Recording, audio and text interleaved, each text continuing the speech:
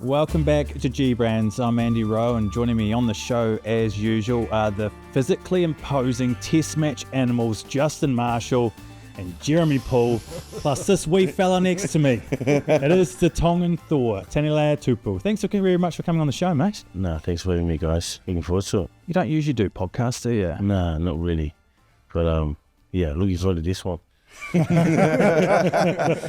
Well, this is a special one, right? Because obviously one of our first current players that is going to be in the thick of the lines, mate. Big year for the Wallabies. James O'Connor is going to be livid that you've just said that he's exactly I know we love James, but I'm just saying someone who's probably not going to make it. You know, I've got his back, man. I've got his back.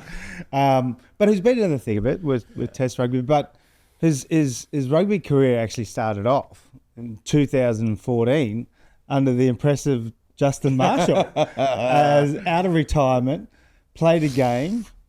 Now, what do you remember that one, Marshy? Well, apart from be the fact honest, you reminded me 5 minutes ago. Once you triggered my memory, I remembered it, because I'd never played at Mount Smart before as well. No. And mate, you were only 15, were you, or something like that? Yes. What do you remember of that day? I was still in school. These are during school. And obviously I heard the name. It was Justin Marshall and stuff. So I wanted to be part of that team. And we came in. We got told we're gonna get paid, but none of us but Justin Marshall. Oh my God! This is that sounds about right. Yep, that is so accurate. Don't worry. That's why you came out of retirement. 4 years. Well, you've been pushing 40. Yeah, I was 40. You were 40. Yeah. So you didn't get paid, Marsh? You got paid? No. I didn't care. I took a photo with him. I played on the wing. I was still in school. We played against Tonga. Tonga. Yeah. And they said, man, just go and have a run on the wing. Came off the bench, run on the wing, and just didn't think I was ready to be in the middle there and do the hard work. So I was still on the wing. It looked pretty. How'd it go? I can't remember much. I didn't think I'd get the ball. I just stood there. I was just happy to be there. First game in the, Big stadium. And that was it. Didn't touch the ball. Still happy to be part of it, and just it's funny. I remember I would never get paid. We know Justin Marshall. I'm not going to confirm or deny that. Was Marshall paid before I got there? No words of wisdom If that was that the you case, can I'd put the remember. boots on. No guidance, no nothing. Just Marshy got paid. Yep, that sums it up. Was there much chat from Marshy? Can you remember? Because obviously it would have really resonated with you if he did sort of help out some of the younger players. No, he asked for a photo, and then you get the feeling, oh, come on, man, just hurry up. I need to go. That's what I got for my. I would have it was post-go, I would have just been keen to get to the bar. Go pick up your cash from a locker. You really burst on the scene and with that viral video clip, didn't you? That was the moment where we're like, who is this guy? Tongan Thor. How was that for you? Mate, it was tough. Obviously, I was still in school. Didn't know how to deal with media at the time. There was time where I had to miss school and go live with my uncle and stay with my uncle in Mangry because the media just got too much. And obviously, first time you read everything, the good and the bad, and you don't realize they get to see you. And just all the media stuff that I struggled to deal with. As you do when a few years later, I got used to it. But just remembering what happened at that time, not knowing what to do, how to talk to people, or how to react to certain people saying things about you. And I'm glad that happened because I'm here today. Must have been, it's a bit like Jonah. Jonah went through that because he was playing loose forward at the time. Wow. But there was some clips come out of him. He's right. Wesley. He went to Wesley. Yeah. And the New Zealand schoolboys clip of him running over England players. That's right. And I always remember him saying the same thing. Yeah. you know, that like he was just at school, you know, and then he had to deal with this massive amount of attention that he didn't ask for. He was just out there playing rugby, doing what he did, and nobody's really coaching you your way through it. You're just thrust into it, and it's like how to be able to, like around even your family, friends and teammates. It's like, well, I didn't ask for this. I'm just playing. Can we wind the clock right back to Tonga and you growing up and like really set the scene of what life was like for you as a kid? And obviously it's so far away from what any of us have probably lived. Can you kind of paint the picture for what it was like for young Nella? Young Nella. Obviously, you know, many of us, you know, Tongans coming from the island, we grew up with we don't have much, you know, and obviously Dad passed away quite early. Mum had to look after 11 of us. Wow. 11? Yeah.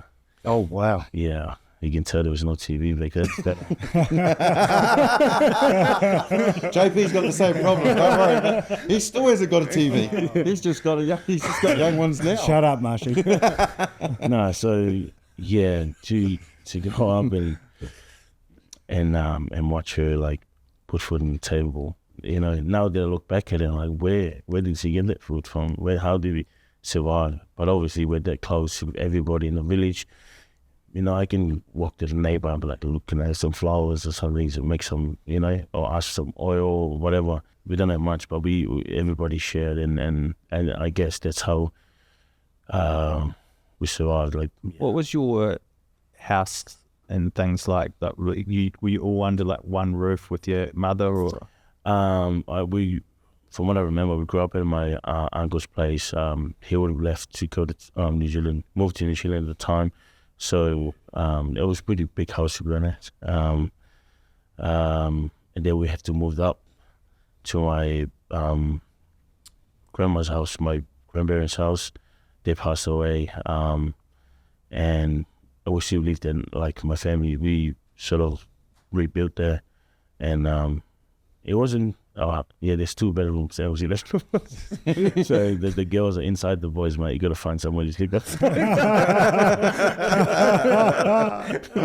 Oh, wow. So as long as the girls are comfortable, we're good.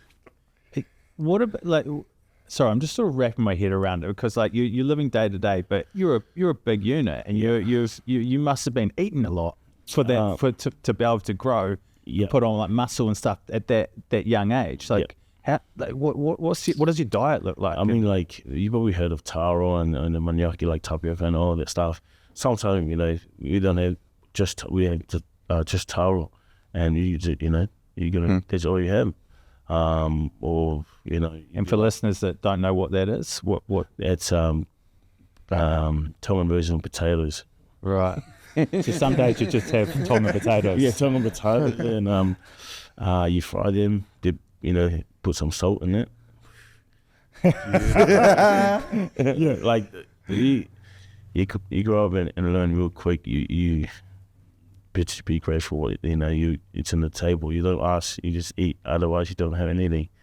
Times like that. Makes me appreciate like what I have now. Looking back at that, I'm so grateful that happened to me. Where was rugby? When did that come into it for you? I was in primary school in Tonga, my village. My coach at the time in school, he said, look, I can see something in you. I'll send you to my old school, Tonga College, to go and play rugby there, because at the time they started to send guys from Tonga to Japan. Oh, yeah. Yeah. Yeah. So I had a cousin of mine who was already in Japan, so that was the goal for me to go there and find an opportunity to go overseas. So he sent me to Tonga College in overseas. So I got the opportunity to go to New Zealand. How did that opportunity in New Zealand?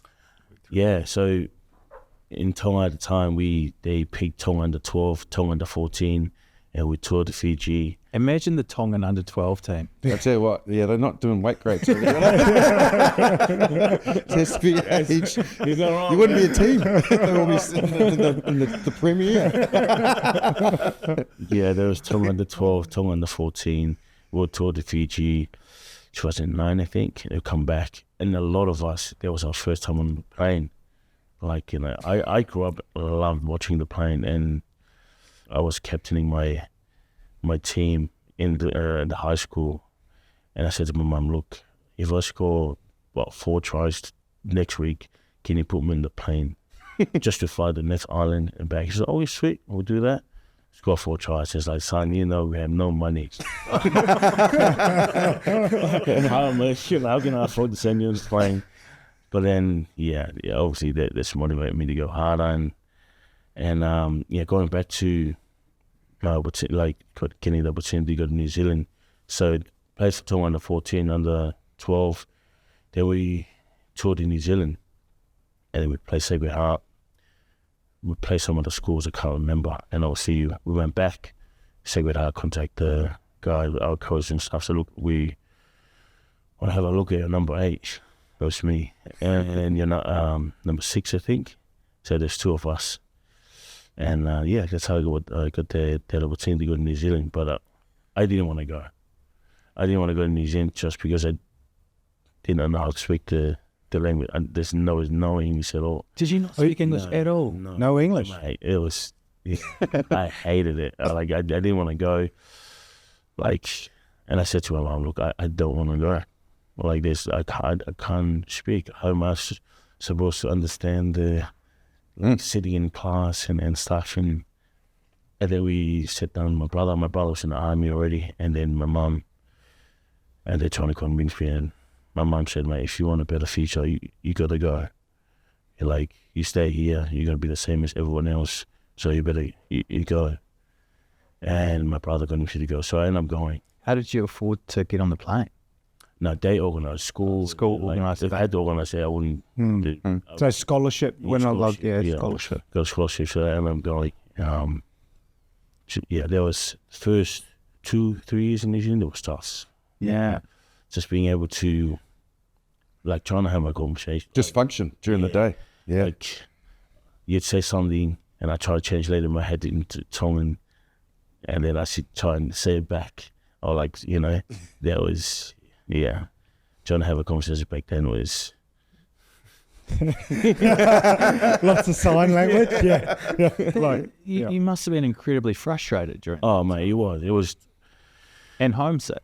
Yeah, 14, you go into school, obviously first year tough, trying to make friends, and you can't make any friends. You can't make any friends because there was time where I go in the bathroom, I just missed class, go to the bathroom, I was like, God, what am I doing here? This is tough. When I went back after the first year to Tonga, I said to him, I'm not going back. You can't convince me to go back. Same thing, had a proper conversation. He said, you got to go back. He's just hanging there. So I went back. And same thing. It got better. It got better every year. And so, that was, looking back at that, it was very tough. It's an amazing story, isn't it? Yeah. I can't really relate it, but when I played in France, and but this was before real modernisation. And the French team I went to was 80% French. Yeah, and you're kind of just sitting in the room thinking, "What the fuck?" And then when people move, you kind of just stand up and move with them. And you're like, "Righto," because you don't get the key words until it takes time to know what on y va means, which is let's go, whatever. And it's really... So just lots of kissing and as Joe Roff, he reckons he got around a whole season in France with the flat tire, he just literally every conversation, he reckons he got around all of France with the flat tire. But mate, that's obviously a lot of people don't know that with regards to that exchange and going to New Zealand, not being able to speak English. Yeah. So you've basically built your mental toughness just by showing up to school every single day. And you then got to this position where, you were playing number 8? Or I was playing number 8, but then when I went to, I got a scholarship as a prop to go to New Zealand. So they moved you into the front row then when you got that. And at that natural point, progression. We've got him. Yeah. Natural progression, mate. All the front rowers could come from old frustrated number 8s. And I was the same at 16. They said, mate, you got to move into the front row. You're too short. And I was like, they said Were to you me, playing number 8? Yeah, I was playing number 8 when I was like sort of sick. Because I was playing league and came over to Union, and they said, mate, you got to go into the front row. Otherwise, you got to get really fit, or you can stay in the front row and drink lots of piss and eat whatever you want. And I was like, I'm going to the front row. That sounds totally awesome. Like, carry as much weight as you can. But Until you hit your first scrum. It's like, what the fuck was I thinking now? I want to go back to number 8. till your head's up your ass, yes, correct.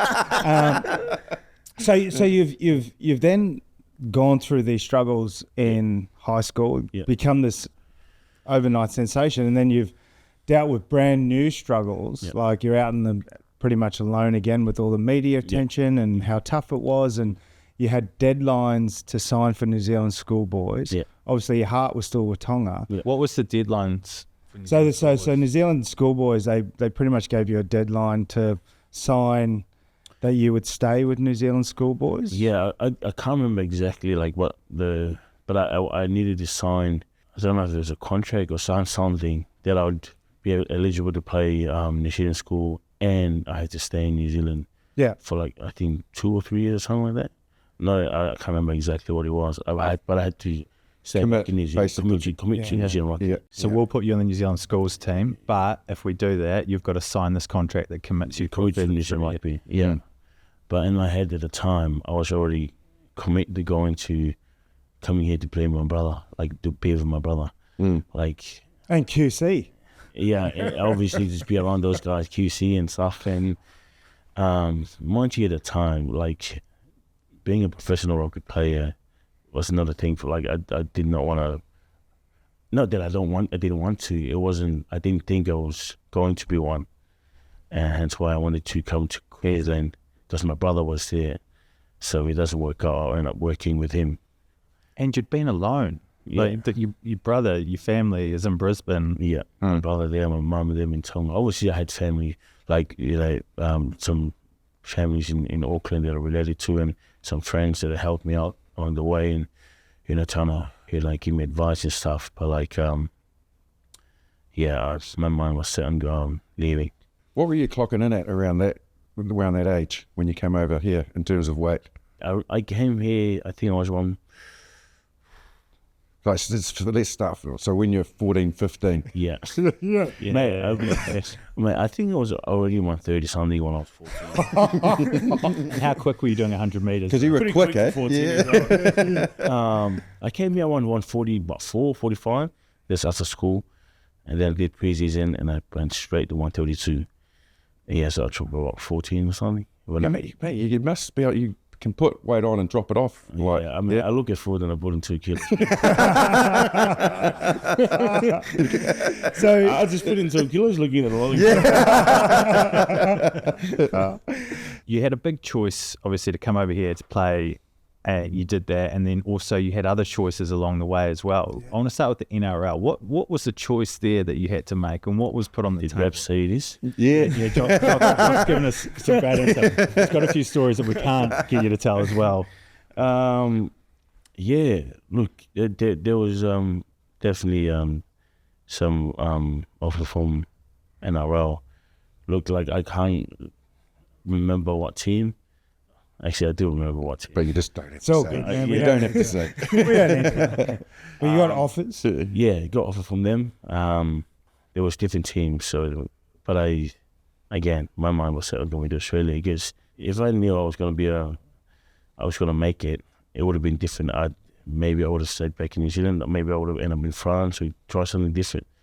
But because I was so focused on want to be with my brother, because in my head it's like you're not going to make it, so you're going to have to work.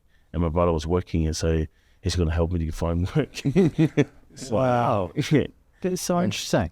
Yeah, so But that's how you obviously were thinking, like you weren't going to make it, so your choice ended up in Brisbane. Yeah. Thankfully for the Wallabies, like exactly. you come over and you actually play for the Reds and play for the Wallabies. So you then play 88 Super Rugby games for the Reds. Yep.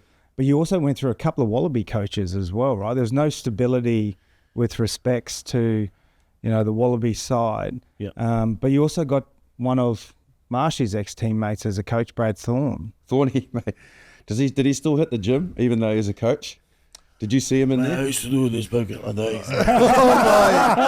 God, he was a nightmare in the gym. Like he was a teammate of mine at Crusaders, obviously in the All Blacks, and that was his home. Loved it. He loved it. It was his house. I left 200 one day and I was like, mate, welcome to 200 Club. Welcome to the 200 Club. And the reason I mention it is because I'm at the other scale. He'd already be in the gym an hour before the gym session started. Wow. Do you know what I mean? And then the forwards would turn up and then the backs would wander in when we had to be there. And he would just stalk around the gym in his singlet. And he's been in there for 2 hours. And he's just like he'd be there. he's like talking to everybody, and I'll be on the bench with my whatever 190 kgs on, and he'd walk past and just start laughing, and then he'd just carry on. I played with Tony too when he first came here, for NRC when NRC was still on. He was behind me. Yes. And I always said I've never felt like someone's shoulder up my arse that hard. Yeah. Like mate, he can push a scrum. Oh, he was a machine to play against. Yeah. You then went there sort of 88 games, and then you went down to the Melbourne Rebels. Look, obviously bad for everyone, like with regards to the Melbourne Rebels, but good for Australian rugby because we're seeing those Melbourne Rebels now absorbed into the other states. Yep. Just quickly, like that would have been so tough as a player, being in Melbourne. Didn't know if you had another contract the following week. Like there were weeks there that they hadn't made a decision, right? Yeah, well, how we set up there, so there's obviously the office there with everybody, and then us players here, we're all in like one spot pretty much. One day you turn up to work and someone rocked up and like, look, you and you and you and you're done, package stuff, you're gone. We're like, shit. That's what happened at the Rebels. That's how it was. Players, the staff. Administration, administration, like. Yeah, administration went first, right? The emotional side. It was, saw someone, you're like, they're like shocked, and you see that and you're like, holy, this is a business, man. We're like, you gotta do what you gotta do. It was tough for them. And one day we've had a meeting and like CEO will come and speak to us. This is our plan, we're gonna fight. We're gonna do this, and this is our plan for the next few weeks, I'll do that. The very next day, he was sacked. The CEO's just gone like that after. Baden Stevenson. Yeah, I've known Beto. We played in Canberra together. He's a good great guy. Great guy. And the very next day we had another meeting. We just had a meeting yesterday. He came in and spoke to us like, I'm done. Yeah. So that was like slowly, and the players were like, yeah. So, You just on the phone to your agent at that point. Oh yeah, I mean, very lucky because I was contributed to RA. So no matter what happened, like there's a try we can transfer to another team, and towards the end of our last game before quarterfinal was against Fiji, so we're supposed to meet at the airport at 8:30 or something. Got a text 6 something, and it'd meet at 7 at training. Everybody. Okay, meet then. So I just want to announce you guys that we're no longer a team for next year. These are about to get into Fiji. Wow. Yeah, and I mean at the time it was tough, but at least we have an answer. We know what's happening. At least we know that we're not going to be there next year. For guys that wants to okay, what's next? So that was a very tough meeting, that one. And players asked the staff, can we have our just players meeting, and sort of spoke does anyone want to go play, or do we just not play? Not play. Yeah. This is the last round. Yeah, last before year, the Before you get on the play. yeah, before the quarterfinal. And I know some players. There's a few players that there's like, nah, we're done. A few players wants to do it. Like, we've got nothing to lose. And one of the guys in our team, it was his debut. It would have been his debut. Yeah. So I think that one makes us like, okay, like, we got nothing to lose. Dave's about to debut. Let's all go and just Do the right thing. yeah, let's all go and play. And we sort of, yeah, we ended up everyone leaving. Went to Fiji, played. We sort of talked to each other like, well, this is our last crack, just give it a go. And we also enjoyed the last few weeks together. This is it, you know, and that was it. Again, you've been through so much. Wallabies Test debut 2017. Do you remember much about that? Like, Yes, I do. 2017, finished the season with the Reds. Mum was here. Didn't think of anything. A day before we flew, so obviously I was going to take my mum back to Tonga, and I stayed there for Christmas, whatever. So I was sitting the night before the game. I mean, before we fly to Tonga, my cousin, my mate, was cutting my hair, and a random number called me. Didn't answer it, and called me again. And I answered it, and was like, "Hey mate, Taniela, it's Michael Jacob." Look, which I so, yeah, we're just thinking of if you'd like, we'd like to take you on tour, on a spring tour this year, and wow. you know, like, oh my God. I was like, okay, sweet. I'm going to Tonga tomorrow. I'm going to take my mum. I was like, yeah, take your mum. We'll fly you back to Sydney, and do all the measurement of your ears or whatever. Fly you Brisbane, and you fly back. We go on tour. Yeah, that was it. So I flew to Tonga, ate whatever I wanted to eat. Tonga plane, went to Sydney, got all my gears, went to Brisbane, got all my stuff from there, and off I go on tour. Oh, that's amazing. First call. You didn't bash the buffet like every other front rower. Would you get 155 after that tour? The training in that tour was tough, man, because I wasn't playing, obviously. I was just running. It was a lot of running, but I didn't mind it. I know what comes with being in the Wallabies. You got to do what you got to do. So it was like a lot. It was a lot of running. I can remember. It was good. Enjoyed it. Loved it. First time on a bigger plane. Big plane. Yeah. You know, got on the plane and everybody's just been normal. Take this suit off. We'll take your suit off. And I'm just there like, man, this plane is big. Sitting there in the window, and I'm just like, it's taking off. It's so slow. How is he gonna fly?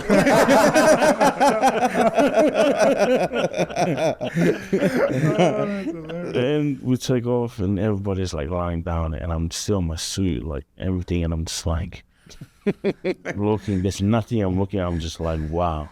Obviously, going up, I love the plane, but I didn't think the plane was that big. Like, you know, I was upstairs. I was like, Jesus, this is crazy. That's enough. Oh, God. You've still got a test debut to come at this point, but you've peaked. Oh man, I was happy. I was like, oh man.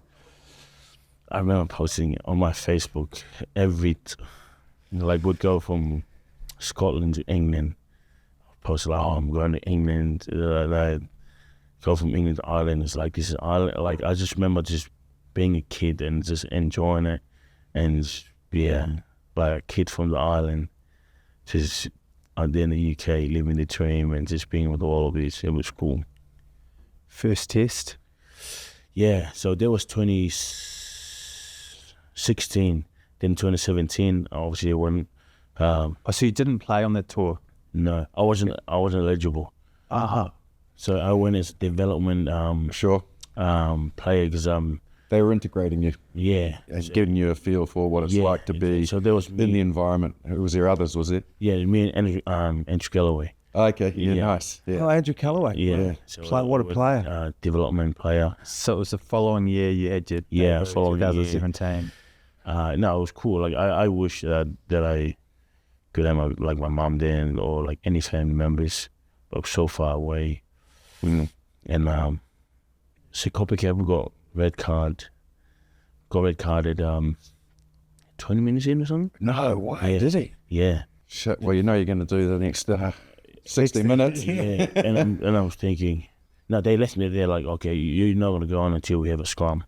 And I went on, and the whole game went backwards. And so, as soon as I went on, Scotland started scoring tries, and we got smoked it. That was a great debut.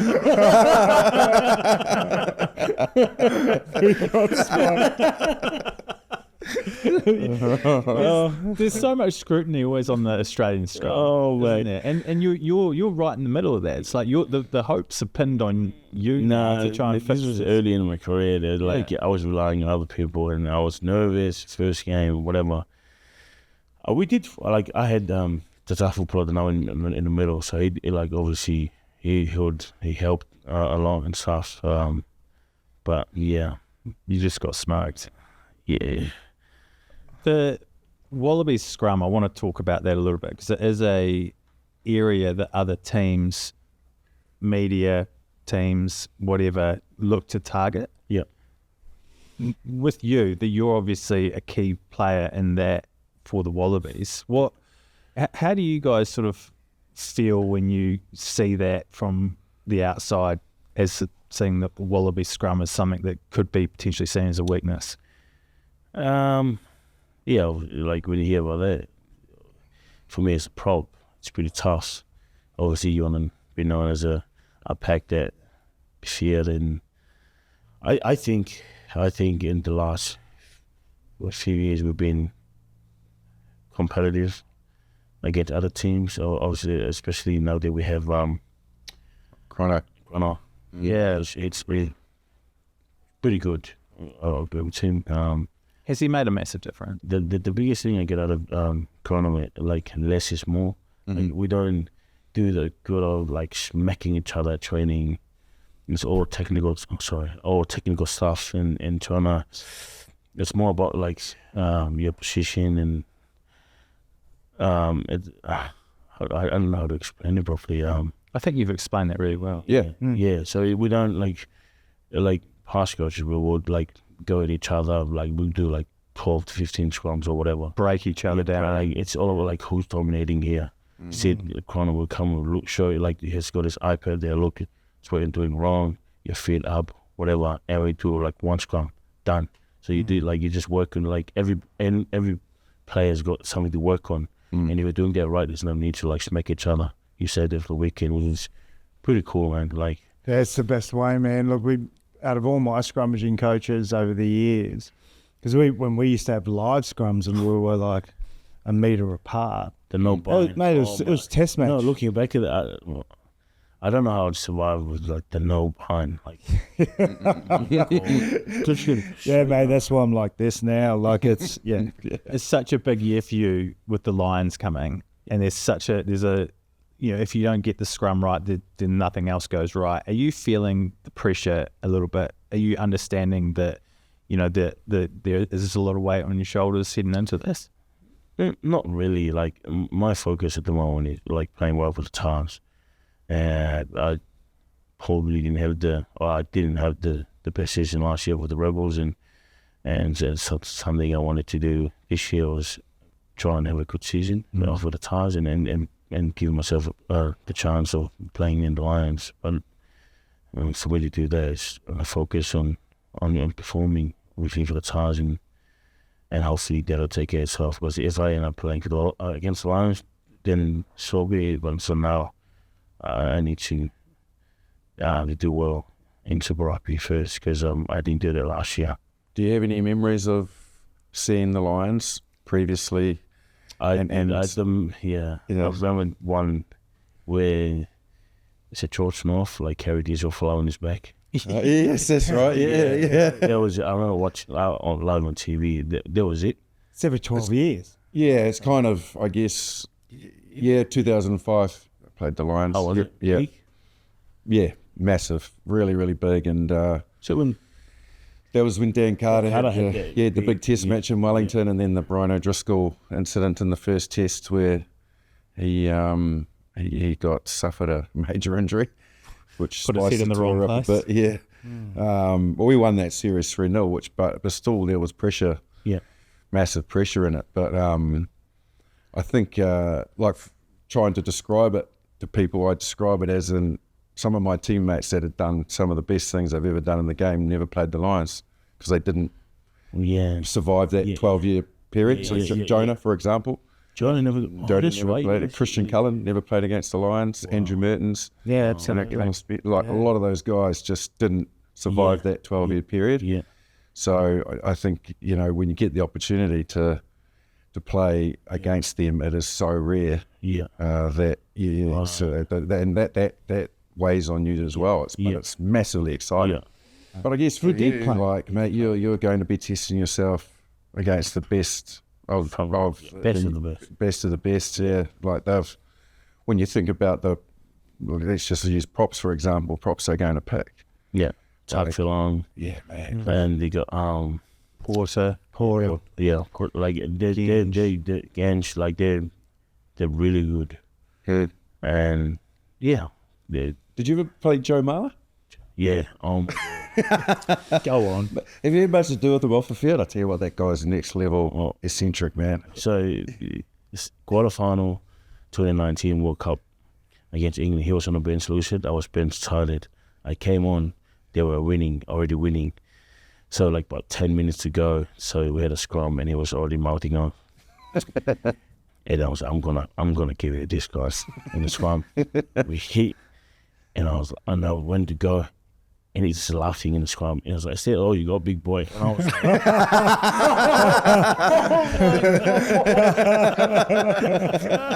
you know when you think you're the man, and he's just like, "Nah." Man, I would never forget that. He's so big and so strong. Mm-hmm. It's funny, you know, you hated it, but you look back at it and have a laugh at it. Yeah. It was crazy.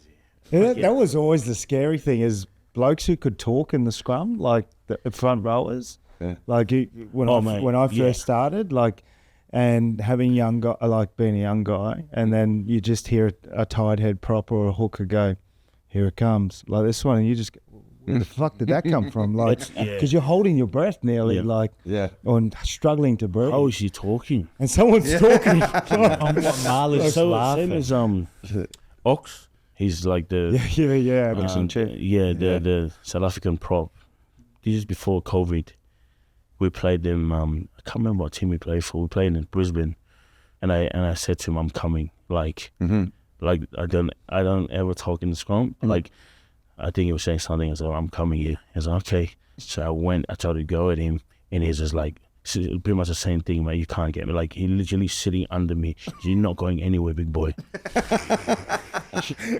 And that fucks me. It's like they can talk, right? Like you go, where the fuck's that come from? Like shit like that just fucks your head.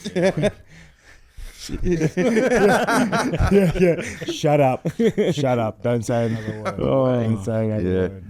Was Marler one of the better props you've come up against? I mean, I've strongly played against him once. In terms of like the strongest in the scrum, Joe Moody's pretty strong. Joe Moody, yeah, big boy. Yeah, just kick his ass and come at you. Yeah. Obviously Ox, like just short. Doesn't have to bend too much on. It's just pretty much, yeah. Big body. Yeah, big body. Just big boys like over there. And what was his name? The island. There's Porter. Yeah, Porter. Like Furlong. Yeah. They all like it depends on your day to feel like one day you turn out they're Lucy's having a day, like, and then he's just like copying it, and one day you're giving it to him. So, but I remember my first ever game for Super Rugby. It was a trial game against Crusaders, 2016. This is when the All Blacks coming back from after winning the World Cup in 2015, and all the All Blacks were sitting on the bench, and all our starters were starting, and all of us young boys was on the bench for the Reds.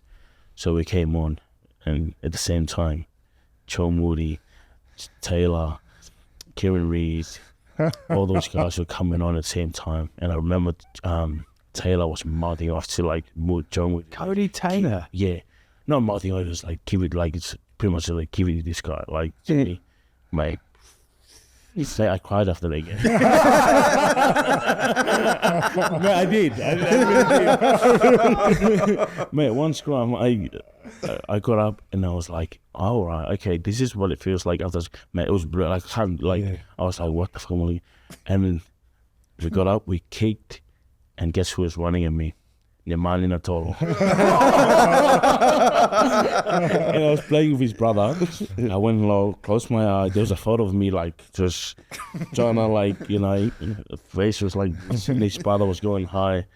I'll never forget it. Like, I remember after the game just thinking, am I really, like, I can't do this. Like, this is next level hard.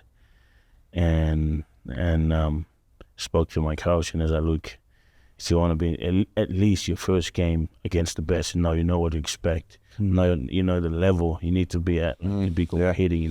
Yeah. Lucky enough, I didn't get to play against. Like I didn't get to go against Joe for until like during COVID, that test against the All Blacks in Eden Park. I still have nightmares from my first game. But like obviously, I was a lot better. Come a long way. Yeah, come a long way. So that was Yeah, you find your legs, right? Like that's like being a younger player in the front row, because normally you're not getting your test debut till at least your mid-20s. Yeah. So to find your legs, particularly as a tight head prop, because I watched Ben Darwin's obviously coming through with him in the under-21s, and he was just found his legs. Like it's a remarkable change in a tight head prop. Like when you're packing with them for years, and then you just feel this anchor point and the strength, and then they start to contribute more around the field as well, because that first sort of 3 to 5 years, you're just trying to come out of a scrum and hold it, and then just trying to breathe, like trying to breathe afterwards. So it's crazy, because you think about, like, obviously pressure being a 10, but then like you think about a 9 or any other position on the field, like you can get through a game without necessarily getting absolutely owned or beaten up or crushed in a scrum. But you like these stories you're telling right now of what every tight head's been through, man. I feel a bit scared and anxious listening to it, let alone being in the middle of that. I don't know, you'd be special if you come out, start, and you're dominating. I think everybody has to like go through the getting smacked. Well, I think probably the main thing now though is, and you've always had it, which is great, because coming from number 8, you're a ball player anyway. But like when you come up against Joe, all he's probably done for 50 test matches is scrum. Fuck, it wouldn't have even passed the ball, because he just clean rucks and hit people and tackle, But now, like, props are asked to do more. Yeah. So all of a sudden, like, this is me, but I think hopefully I know what I'm talking about. There's more fatigue there, because you're obviously, when you get into a scrum, you could have been involved in the shape, distributing, carrying, and instead of just getting there, you're now fresh. Whereas, so that's been now, that's a requirement for a modern day prop, isn't it? You can't just go out there and be good at scrum and line out. Like obviously it's massively helpful at line out lift, but you now have to add something in the shape. Tip balls, behind balls. Well, that's the thing though. You can't add anything around the field until you get the scrum, until you get your legs. Like this is the thing. Like it's quite funny, the expectation, but if you don't lock the scrum down first, you're not going to get picked. Like, and I guess understanding as each game goes on throughout the 80 minutes, when fatigue comes in, you might have been like getting owned by just a straight scrummager at the start of the game, but if you're able to have legs throughout the game, you can kind of start to get dominance later on, right? Yeah. Okay, enough of this wonderful talk about scrummaging and all this sort of shit. Again, back to the lines, mate. We have competition now for this Wallaby side. Like, we're getting some positions 3 deep, like the halfbacks, right? Like 3 deep, even with the 5'8s. We've got like Edmund, Liner, Lolicio, sorry. And it's just, now we kind of guys are fighting for positions. Like, not going to ask you to name your side, but can you like think of a position or like that isn't as strong? I mean, obviously Tom Wright, at fullback, Joey Sawali'i, he's going to be picked, but I can't think of anyone else that. Imagine if they Isn't just fun. said, "Oh, we're a bit weak at 10 at the moment." That's a tough question, JP. Yeah, that is right. It's a bit of a No, lead. yeah, we'll be weaker on number 8, Bob the Bungy. He's shit. He's only won the John Hills medal. He's not even playing at the moment. Oh, wow. Mate, I don't like, look. Yeah, actually, rush that. Yeah. Actually, you're right. Yeah, I'm asking him to fucking pick the shit, guys. Yeah.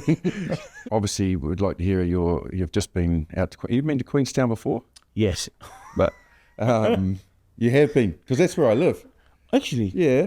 God, mate, the Wolf of Queenstown. Could have been tough.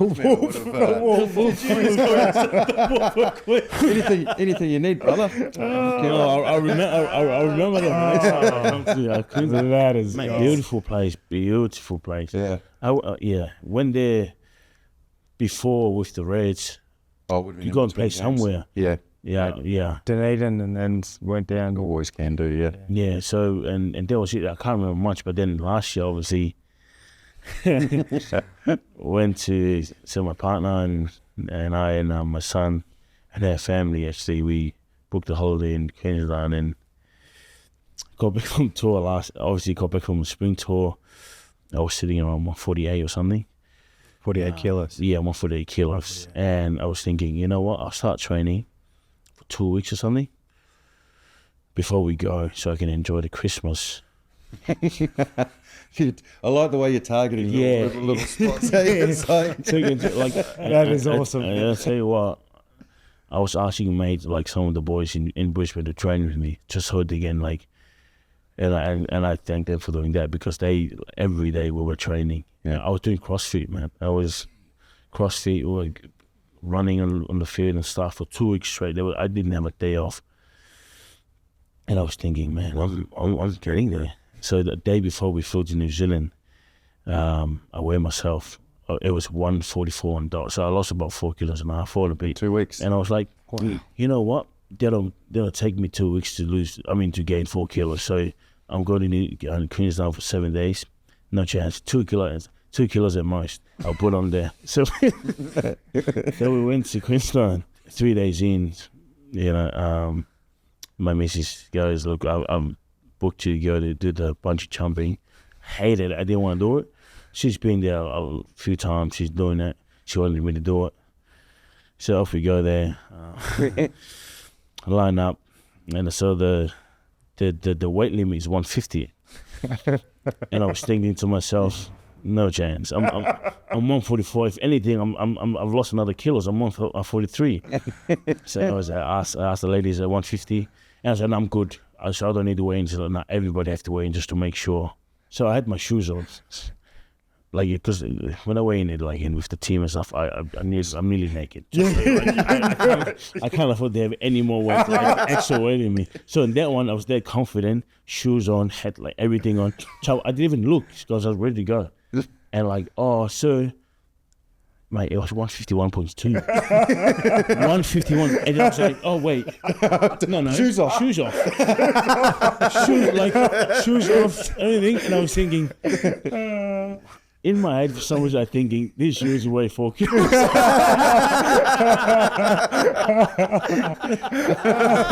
Monday's only been 3 days. Shoes off, socks, I couldn't take my shirt off because there's a lot of people there. Chambon, it was 150 on dot.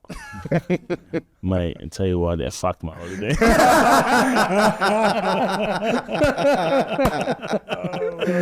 Oh, dude. They must have been rubbing their hands together when you got on that bridge, though. Was it the short bridge you did, the car row? Yeah. Yeah. Well, so there was a bigger one. Like, Oh, you don't want the skippers? no, yeah. So my missus has done that one too, but like, No, fuck that. no. That's a 100-meter drop or something. No, mate, there's no water underneath. Like, if it breaks, I'm fucked. No, you just be back in Australia. I just go, boom. Yeah, so, when you go there, there's like just one rope, like tying your leg, and you're good, you're chumbo. I went in there, one rope, on my leg. I was wearing a full harness, another rope on my back. And I was sitting there, you know what's funny thing is? Everybody waited for me to jump because they need to use the rope. There's a little break when I was trying to jump. Can you imagine watching that? Like, is he going to break? Is he going to break? I got up there and I was like, mate, I was so that my missus, everyone was there, like, come on, yeah. And I was like, that close to, because the person that went in front of me, like, is like, nah, I can't do this. So he went back and they went. So then I go, and I went there and I asked the guy behind me, can you push me, please? I can't jump on myself. I was like, I can't. It's not part of the. It's part of the rules. I can't push you. And it's like 3, 2, 1. I can't. Like a few times, and then I was like, just go, and I jump. Did you yell? Yep. I was like, I was in the scrum. Not today, big boy. Oh God, that was great. Oh, it's such a good story. Well, thank you so much for coming on the show and sharing that story, like right from your childhood all the way up to bungee jumping in Queenstown. What a legend. And best of luck for the season as well. No doubt you will see you play against the Lions, and we're all picking a Wallabies Series 1, aren't we? You sure are, mate. I'm backing them from the start.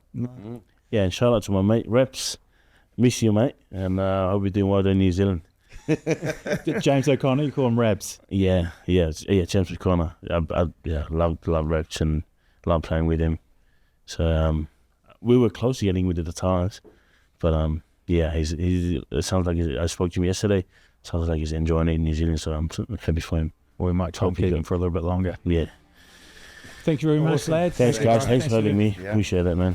And thank you very much for watching or listening. Don't forget to hit the subscribe button, and we will be back with another episode next week.